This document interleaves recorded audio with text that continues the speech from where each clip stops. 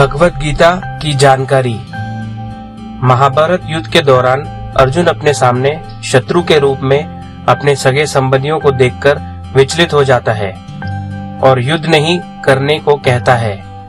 तब भगवान श्री कृष्ण द्वारा भगवत गीता का उपदेश दिया जाता है, जिसे श्रीमद् भगवत गीता और गीतोपनिषद भी कहते हैं। भगवान श्री कृष्ण ने सर्वप्रथम यह उपदेश सूर्य देव को दिया था और सूर्य देव ने मनु ने इच्छावाकु को दिया था। इस प्रकार यह योग पद्धति चली आ रही थी, लेकिन कालांतर में यह भिन्न भिन्न हो गई थी। इसलिए श्री कृष्ण द्वारा कुरुक्षेत्र में अर्जुन को यह उपदेश दोबारा दिया गया। कुरुक्षेत्र में गीता का उपदेश न केवल अर्जुन को ही मिला, बल्कि यह 3 और लोगों ने सीधा भगवान श्री कृष्ण से ग्रहण किया। पहले थे संजय, जिनकी दिव्य दृष्टि दी गई थी ताकि वह कुरुक्षेत्र युद्ध में होने वाली सभी घटनाओं को राजा धृतराष्ट्र को बता सकें।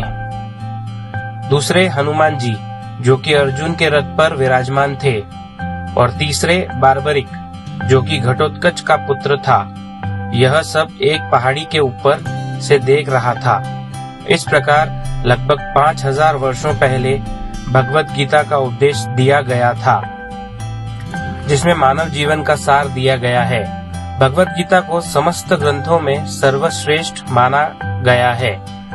गांधी जी कहते थे कि जब भी संदेह मुझे घेरते हैं और मेरे चेहरे पर निराशा छाने लगती है, तो मैं क्षितिज पर गीता रूपी एक ही उम्मीद की किरण देखता हूँ।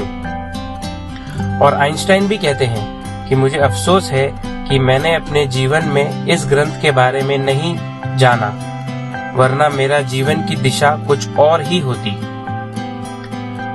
भगवत गीता में 18 अध्याय दिए गए हैं, जिसमें आपको कुल 700 छंद मिलते हैं। श्रीमद् भगवत गीता को मूलतः संस्कृत भाषा में लिखा गया है, जिसे 175 भाषाओं में अनुवादित किया जा चुका है, और जैसे अरबी, चीनी, रूसी, स्पेनिश, इतालवी, जापानी, कोरियाई, फारसी, Dutch, French, German, Urdu, English इत्यादि।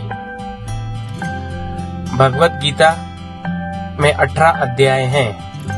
पहला अध्याय कुरुक्षेत्र के युद्ध स्थल में सैन्य निरीक्षण।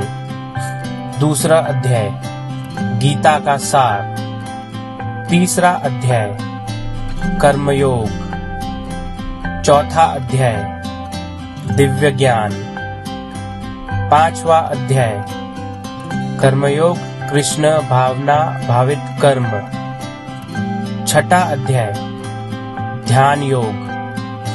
सातवां अध्याय भगवत ज्ञान।